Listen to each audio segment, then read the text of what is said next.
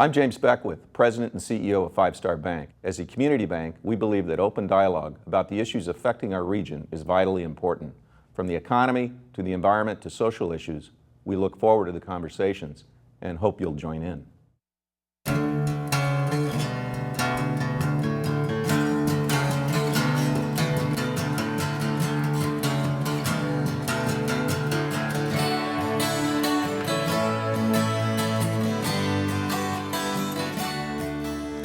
Welcome to Studio Sacramento. I'm your host, Scott Syfax. Cristina Mendonsa anchors all three of News10's evening news programs. Cristina has received honors in a number of places, including 2 Emmy Awards, recognition from Congress, and a share in a National Murrow Award. Cristina was raised in Carmichael, graduated from Del Campo High School, and attended Sac State, where in 2010 she received the Distinguished Alumni Award. Today, she lives in Folsom with her husband and 2 children. Welcome, Cristina Mendonsa, to Studio Sacramento. Thank you very much. Cristina, whenever you come up in a conversation, one of the things that always comes up is your roots and the importance of family. Tell us a little bit about where you come from. Well, my family, like most of our families, they were immigrants from Italy and the Azores and Brazil. So my ethnicity is Brazilian, Portuguese, Azorean, and Italian. That's interesting because a regular question is, what is she? Yeah, I know. I do get that a lot. Although in the Central Valley, there's such a huge Portuguese community that I get it less in California than I do in other states where people, ask me, what Mendonsa, what is that? Right. Tell us about your growing up. Now, you grew up in Los Banos, or you were born in Los Banos? I was born in Oakland. My family lived in Los Banos for a time. My parents are both from the Central Valley, agricultural families, and grew up in Los Banos. We moved to Sacramento when I was in kindergarten, so I've been in Carmichael and Sacramento for most of my life. So in other words, by our standards in Sacramento, you are a native. I am, absolutely. Okay, okay. And your dad and mom, tell us about them. My mom was a stay-at-home mom, a fabulous writer, and taught genealogy classes. Wow. Yeah, so she actually has, in her study at home, thick books on every aspect of our family dating back, all the way back to Italy and back to Portugal, many, many years. And has been kind of the family genealogist, and then taught classes, of course. My father was the head of dignitary protection for several California state governors, and spent most of his... all the way back to Reagan. Okay. And spent most of his career with the California State Police. They merged with the California Highway Patrol, and that agency is no longer in existence, but most of his career was spent with the California State Police. So, when you were a child, you were around Reagan, Deukmejian, Brown? Yes, I spent a lot of time at the Capitol, actually. My dad, we'd have family that would come into town, or friends, or our dignitaries, and he would do lots of Capitol tours at all hours, back doors, in through the governor's office. So I spent a lot of time hanging out at the Capitol as a kid, and just kind of listening in on political conversations, or waiting for Dad to get off work. Our dinner table conversation always had a lot to do with politics. So I grew up hearing a lot of the historical names that we think of when we think of, classic American or classic California politics. Now, did you actually get to meet any of those people? I did. Reagan, I was a little young, so I remember going to a couple of events at the state capitol, where mostly I was just standing with my mom on the steps as the Governor Reagan was doing something. But with Brown and Deukmejian, they would have a Christmas party for the staff every year. So I would meet, and we would get our picture taken with the governor each year. And I remember talking to Governor Deukmejian about his daughter Andrea, who was about my age, and got to meet her at some of the parties. So yeah, we would see them once a year. Right. Now, you say that backstage tours, backdoor tours, are there any secret passages in that place that you want to share with us? Well, I do remember, when we would go, when Brown was first in office and we would go into the governor's office, I just remember thinking how austere it was, that this didn't really seem like a high ranking politician's office. It was the desk, everything was very austere. That's what struck me, at least as a kid.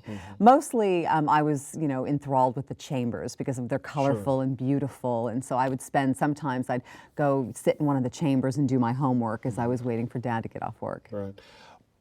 In terms of your influences, it's been said that your father had a pretty profound influence on you. He did. He did. He was, I still run into people all the time who remember my dad and remember him as a man of great integrity. And that's what I think I took from his life. He had a very deep sense of loyalty, integrity, a sense of justice, obviously from his law enforcement background. And he was a good man and a hard worker and an ethical person. And, I hope and I like to think that, I've tried to take on those traits and teach those to my children. Sure, sure. What are some of the best memories, speaking of children, of your growing up in Carmichael? Oh, I grew up right near Mercy Sound Hospital in Carmichael. I remember we had a great neighborhood, great summer nights playing hide and seek in the neighborhood, pomegranate fights.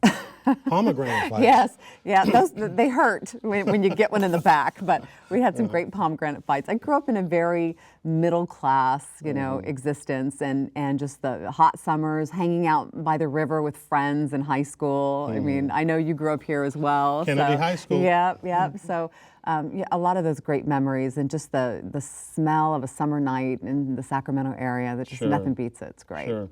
Yeah, I remember you went to Del Campo High School. That's one of the schools that we guys out in the South area would cut and come up there on an ongoing basis. So, so after that, you left here and you pursued your education. But before that, you caught the bug for communications. And where did you get your start?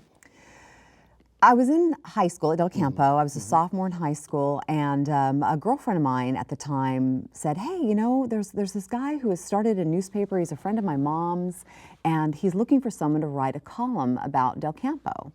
And it was called the Fair Oaks Post, and the guy who ran it is Otis Turner, and he was a longtime KCRA reporter, and then he started this newspaper, the Fair Oaks Post, and he's the one who really gave me my start in journalism. I started writing this column about, it was called Cougar Tracks, about Del Campo. And it was voluntary. Every week I'd take the call into him. And at the time he smoked, I remember, and we'd be in this smoke-filled room and he'd be going over my copy and crossing stuff out. And he was a great copy editor and really taught me the basics of newspaper journalism. I was also enrolled in the newspaper class at Del Campo, and I was on the yearbook staff as well, so I was doing a lot of writing. But I really got the bug for journalism then, because I thought, wow, you can just call people and ask them questions and they'll give you answers and great information, and you're the first to know, and you can impart that to other people, and I loved that, the whole research aspect and the creativity of it. So newspaper I thought was for me. Right. And then as I went along, I got into speech and debate classes at Del Campo as well, and I had an opportunity to try out along with 30, 40 other students for a spot in the KVIE auction, to be an auctioneer, a student auctioneer. At the big the membership drive. And I tried out with a bunch of other people, and myself and another girl were picked. And that was my first on-camera experience ever, was here at KVIE. And I liked it, and I got some encouragement from my speech and debate coach, and I thought, okay, well maybe, electronic media is what I want to get into. So shortly before I graduated Del Campo, I thought, well, I'm going to be going to a junior college first. I won't be going away to college. I really would like to try to get some experience. So I started taking my little resume around to radio stations throughout Sacramento. And one of them said, yeah, we'll hire you as an intern, come in and work for free. So I did. I started working at FM 102 on the AM side. And the gentleman who hired me there, his name was Les Tracy, and he was programming the AM side. And he really encouraged me in return for me filing his papers and straightening his desk and doing a couple of other duties around the radio station. I would write stories and leave audio tapes for him, and he would critique them for me. So I got a lot of feedback early on in my career. Now on the AM side, was that KZAP? No, that was at the time, gosh, I can't remember what it was called. It was the AM side, and it was actually a satellite station. So I was sitting at a board from midnight to 6 a.m. punching buttons, punching spots. So I learned how to work a radio board. And then I would write stories and record them in audio and leave them for him the next day. And then he would critique it and leave me a sheet of, okay, you know, tighten this up, you know, your voice sounds good here, do this. And that's how I kind of got early critique. I moved to the FM side and started working for Mike Reynolds, who at the time was the newsman for the Morning Zoo. That's right. Yep, Yeah. remember that? Oh, yeah. The Morning Zoo, Chris Collins, the Morning Zoo. So he would go on vacation and I would take his spot. And that really taught me to work under pressure because those guys were crazy. I mean, I think they lit my scripts on fire one morning. I mean, they would do funny things through the glass as I was trying to do the news to distract me. And it was a fun, energetic atmosphere. And I was 17 at the time, and here I was working, you know, in the business. So it was a wonderful experience, and I was putting myself through school at the same time. It actually took me a long time to get through school because I worked my way through. Likewise, you know, it's interesting about that, but sometimes that's the best training for helping you to make sense of school and make it relevant to you. Absolutely. So now once you did that, then you migrated over to Denver? Is that when you had? Well, I worked in different radio stations in the Sacramento area and Modesto. I worked at 5 different radio stations. I worked in town. I worked at KZAP. I spent time at KZAP, and I worked at K108. K108 is where I got into doing more political coverage. I worked for a gentleman named Ken Hunt, who's still around, great guy, and he taught me a lot about covering politics in California, which I was already comfortable with because of my upbringing, hanging out at the Capitol so much. But he really helped me hone my skills there. I was working in radio, going to school. I had started a business to help me earn money for school. I started an aerobics business. I taught aerobics to the girls in the dorm at Sac State, and they'd pay me once a semester. So I had money for school. I was working at the radio station. I started interning at Channel 31 as a writer. And I would go over there, and when they'd have vacation relief, I'd write for Channel 31. So that was my first entree into TV, was as a writer. Okay. From there, I made a tape, and long story short, I got a job in Reading at KRCR. Okay. And I went up to Reading and spent about a year in Reading. After that, I got a job at KVIE. I worked at KVIE for a couple of years, and then I went to Denver. What do you love about doing TV news? You know, every aspect about it. I love, you know, doing the research. I love doing the interviews.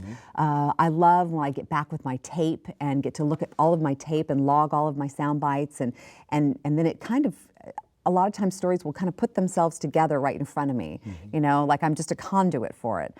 So I love the actual creative process of putting the story together and coming up with the graphics ideas and how am I going to present this in a way that's going to, you know, bring the most clarity to the subject. So I love that whole creative process. And then of course presenting is fun as well. Well, of course, of course.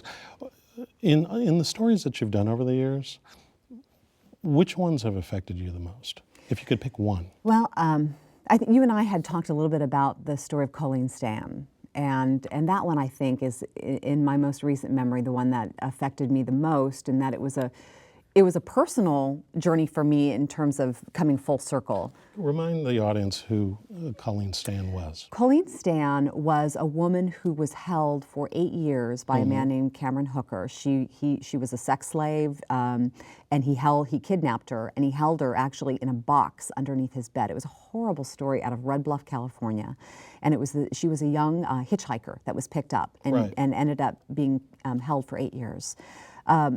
After she finally was discovered and released, this was in the 80s, in the early 80s, she disappeared, and you know she wanted to disappear, and she did.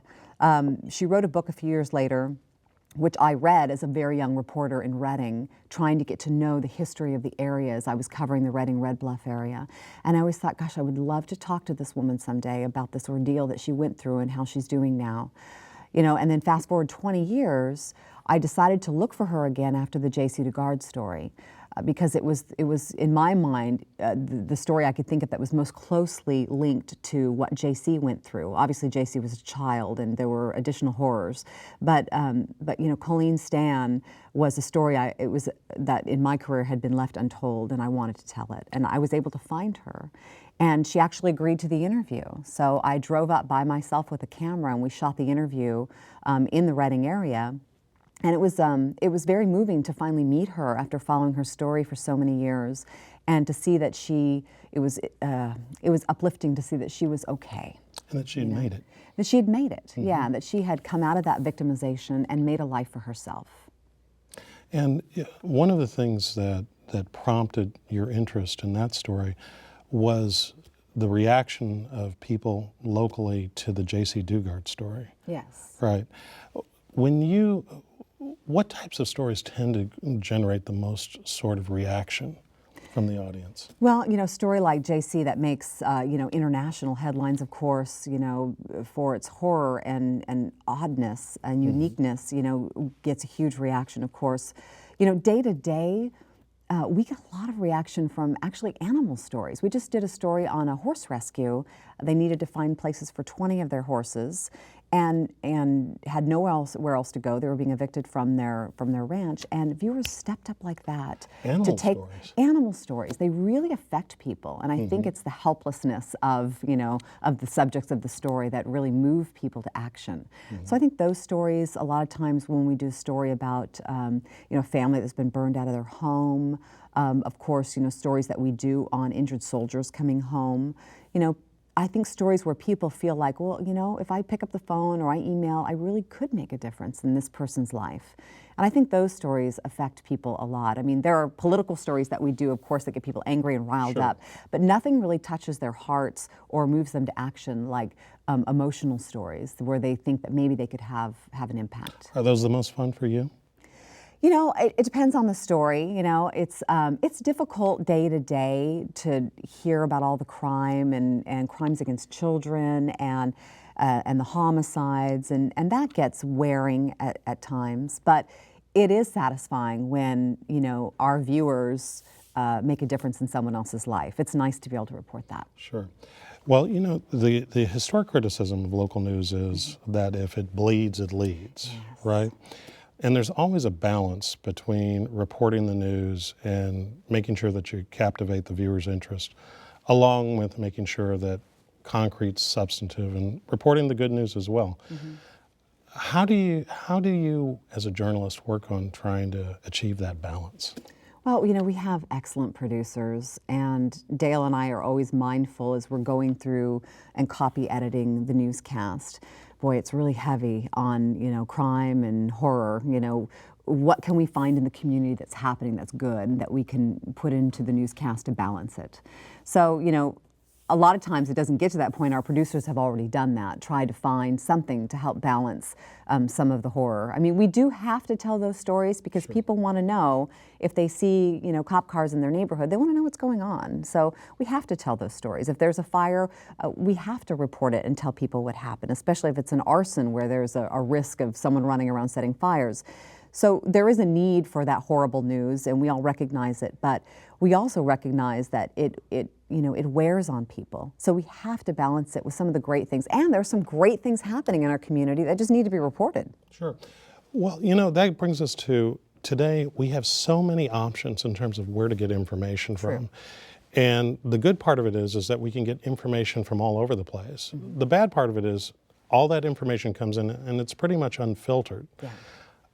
How do you and how does News 10 stay relevant in terms of trying to compete with all of those things, iPhones and the computer and internet and all those different channels? That's something that I think all local news companies and stations are struggling with today. How do we remain relevant to our viewers? And I think it's a relationship thing. It really is. I mean, we have a long-standing relationship with viewers who've watched us a long time. I think being mindful of that relationship on a day-to-day basis as we choose stories to cover in the way that we cover them. I mean, there are always, technical things that we can do to make the stories more interesting to watch, to make sure people can find us on all the different platforms, on the mobile, on the web, on TV. And we do all of those things as well. And we're constantly looking for new ways to reach people where they want to take the content in. Instead of having to make an appointment, for the newscast. But we do feel like those daily appointments, those daily newscasts are a chance to reinforce that relationship that we've built with viewers. How do people want different things from their news today than they have historically? Are the demands changing? Well, I think, people don't want you to waste their time. And I mean, that's the word we're getting from our viewers anyway. Don't waste my time, and don't tell me something that I can get, on national news. I want to hear local. I want to hear what's happening in my community, because that's still something you can't turn on CNN or Fox News and get.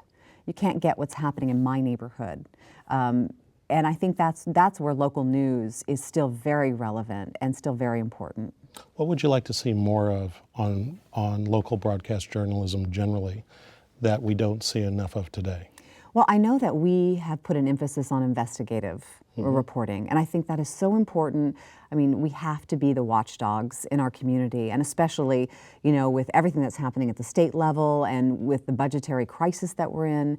I mean, we have to be watchdogs, and we're doing more of that. I'd love to see even more of it.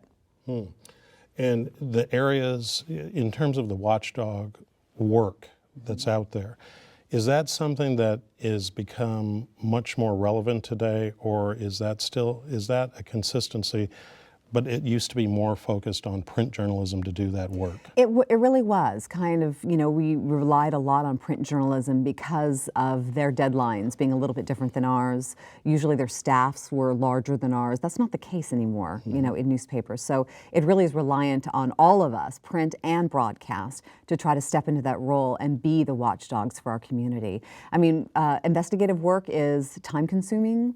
It's expensive. You have to really be on your game legally, and those are but those are the demands that we must meet, however we can for our viewers. Well, in addition to that role, another role that is increasingly coming to the fore is that as consumer watchdog, not just on accountability for politicians, business people, whatever, but really trying to make sense of all of the information and offers and things like that consumers are receiving. Yeah. It almost appears that local news is becoming much more of an advocate for their viewership.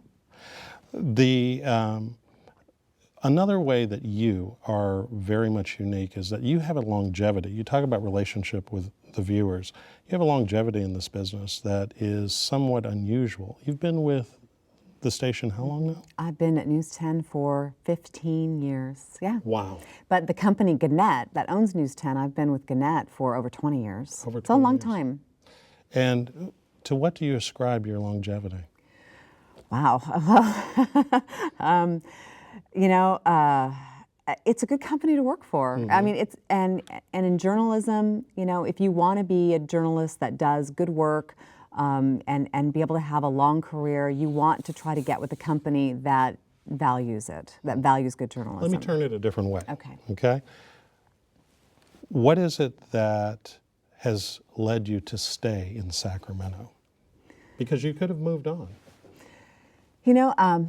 I've always been a person that has sought balance in my life. I have had some opportunities to go to larger markets or different jobs, and I guess the best way to say it is I want a healthy marriage and healthy children and a great career. I didn't want to move my family around all over the place.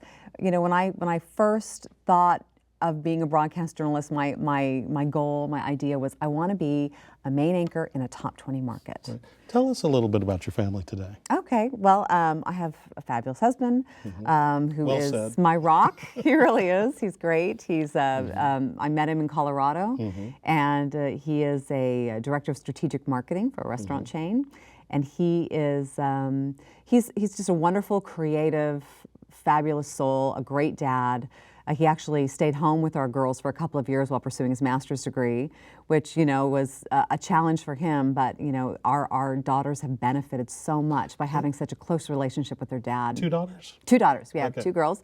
I have a daughter in high school who is a very talented musician. Her hair has been about 12 different colors. But she's a straight A student, so that's cool with me. That's fine. I don't fight that battle.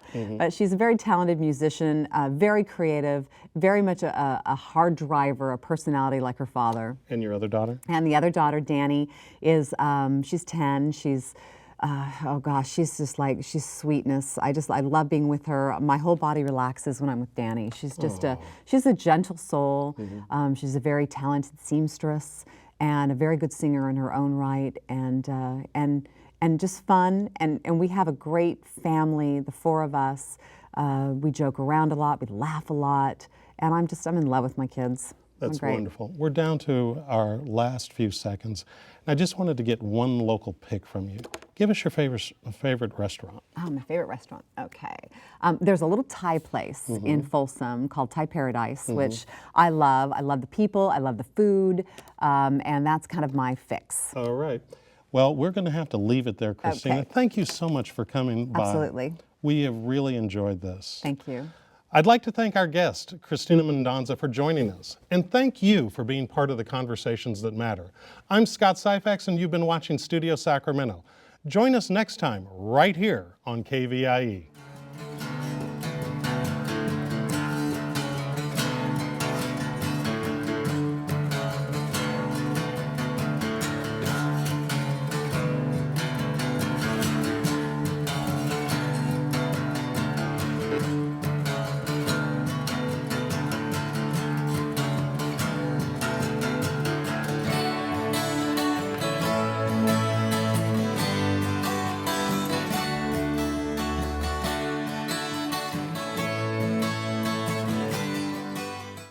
I'm James Beckwith, President and CEO of Five Star Bank. As a community bank, we believe that open dialogue about the issues affecting our region is vitally important. From the economy to the environment to social issues, we look forward to the conversations and hope you'll join in.